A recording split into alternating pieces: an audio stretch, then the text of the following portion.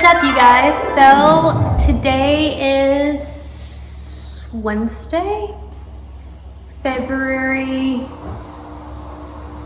9th, and I don't know why it took me so long to find the date on my watch, but anyways, it's been like 2 weeks since I recorded the whole snow day here in North Carolina, because that's how crazy my life has been ever since, like right after that weekend. So I'm going to update you guys on everything that is going on. So we are PCSing, so I am very overwhelmed because we had known that we were going to PCS since last year, since like May of last year. We just didn't know where, and we didn't know what my husband was gonna be doing until he came back from deployment, which was last year. He came back in February, so it's going to be a year on February 13th. And we didn't know where he was gonna go until this year, until like 2 weeks ago.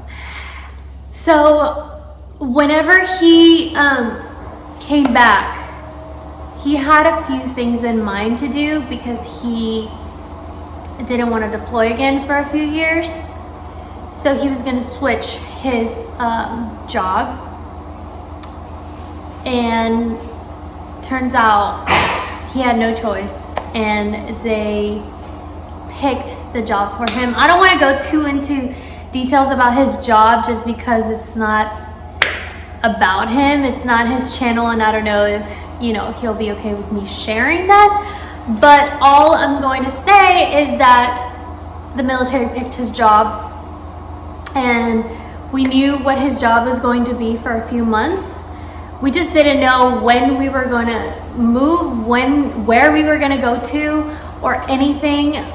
And I kept on telling my mom since like May of last year, like, we're going to move.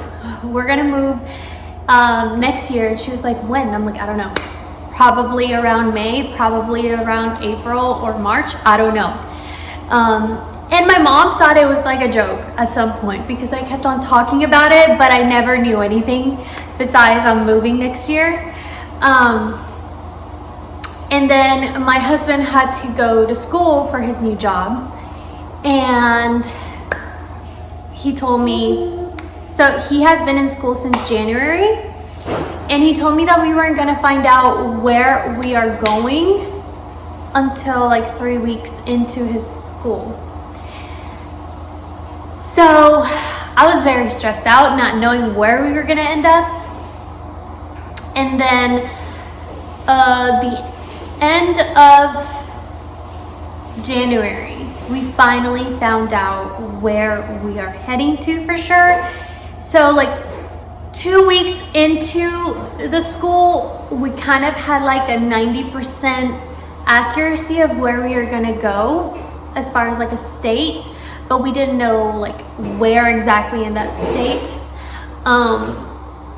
And then like when it got closer to the date, they were like, well, you could also be switch and go to another state instead. So it was very overwhelming. I was looking at houses in that state for a few weeks, and it was kind of discouraging because I would fall in love with a house, but I'm like, I don't even know if I'm gonna get like that city in that state, or, you know, or like the house would be on pending by the time like I like found out. So it was very discouraging. I felt like I was wasting my time, but at the same time I kind of wanted to get an idea of the pricing and what type of house we could get around our price range.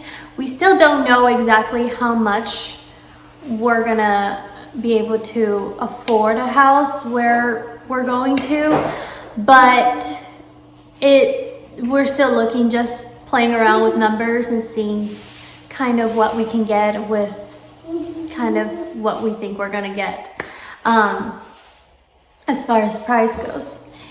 So we are moving to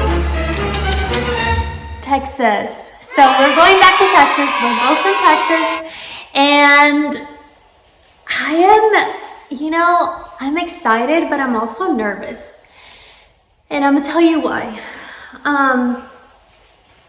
I'm nervous because we got married in 2019, and then we moved here. So we moved away from family and friends. So all we've known since we got married is just us.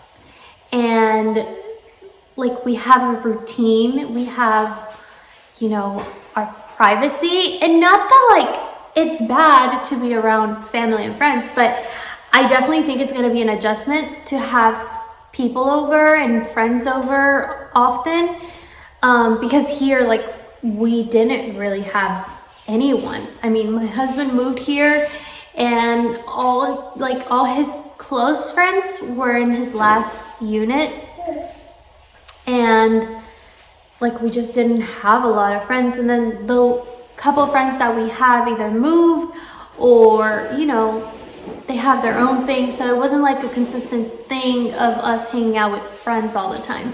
It was mostly just us together on the weekends and just staying home. Nothing like like nothing big, like we just did us, so it's gonna be interesting and it's gonna be different, and I feel like it's going to be a little bit hard because I kind of have adjusted to military life, and Texas, it depends on like where you live, but we're not going to be close to a base all that much. So all the people that I'm going to meet for the most part are not military. And I feel like that's going to be a little bit hard for people to understand me sometimes, because I feel like a lot of people don't understand the struggle of military life or military wives. And it's just hard to connect with people that are not walking the same life that you are sometimes. But I'm really excited because all my friends are there. All my friends from high school, middle school live there. So I don't think I'm gonna make too many like new friends. I feel like it's just gonna be me hanging out with my old friends, which is nice. But yeah, I am really excited. So the reason why I've been so busy and overwhelmed is because once we found out where we were heading, we started to put this house on the market. And everything going on in the world, I just knew that it would be tricky to have showings. And I'm gonna tell you why. So one, I have 3 dogs, and I have a cat, and I have a baby. So for me to do showings like every other day or every day was just not ideal. I cannot leave my house. And it's really cold outside. So it's not like I could go to a park and, just hang out there for like an hour or two because it's really cold. So yeah, and packing all my dogs and, with kids, it's just hard to pack to go just to the store, So it was very overwhelming thinking about that. And thankfully, we talked to a realtor, and she wanted to do an open house, and that would require for me to leave for 3 hours on a weekend, so Saturday and Sunday for 3 hours. And that even overwhelmed me, and I would have to like take all my pets and my child to one of our friends' house for those 2 days. which was fine, but still just the thought of getting everyone in the car and taking everything I need for 3 hours was very overwhelming. But I was like, okay. Then the more I thought about it, the more I was like, okay, you know what? I don't think I can do this. I think I'm going to get very overwhelmed. So I had to speak with my husband, and I was like, hey, you know what? We're gonna put this house on the market until you come back. And he was like, okay. He was not a huge fan of the idea, but he knew that it would be a struggle for me to carry all of this by myself. So he was fine with it. 2 days later, after we spoke to our realtor and told her, hey, you know what, we're gonna hold off until he comes back. And she was like, okay. 2 days later, she messaged me and she was like, I already have someone interested in the house. They want to put an offer already, and they haven't even looked at the house. So turns out that our realtor spoke to the buyer's realtor, and he was actually the one that sold the house to us. So he represented the seller of this house when we bought it. So he knew how the house was. He had some information of this house already. So he showed the house, or like the old pictures, to the buyer.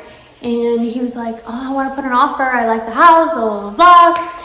And she messaged me and she was like, hey, can the buyer's realtor stop by and do like a FaceTime tour with the buyer, because the buyer is not here? And I said, sure. That alone was very overwhelming because my dogs are wild. So I had to like get all the cages in the garage. And she even told me to take all the beds to the garage. And then I had to clean our cat room. She gets messy sometimes. So it was like a whole project of one day. My dogs got the couch dirty. I had to clean it like a few hours prior, and I was stressing out about having the house clean, organized. With dogs and a kid, is really hard to do that. So it was like an impossible task, but I got it done.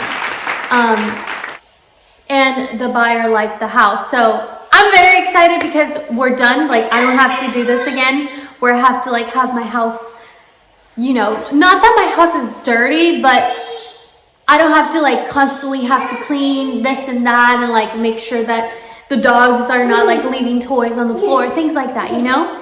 So I'm really, really excited that we got the offer like right after the realtor left. Right after the realtor left, the realtor sent the offer to our realtor, and we accepted it because I was like, I'm not doing this. Like, we're done.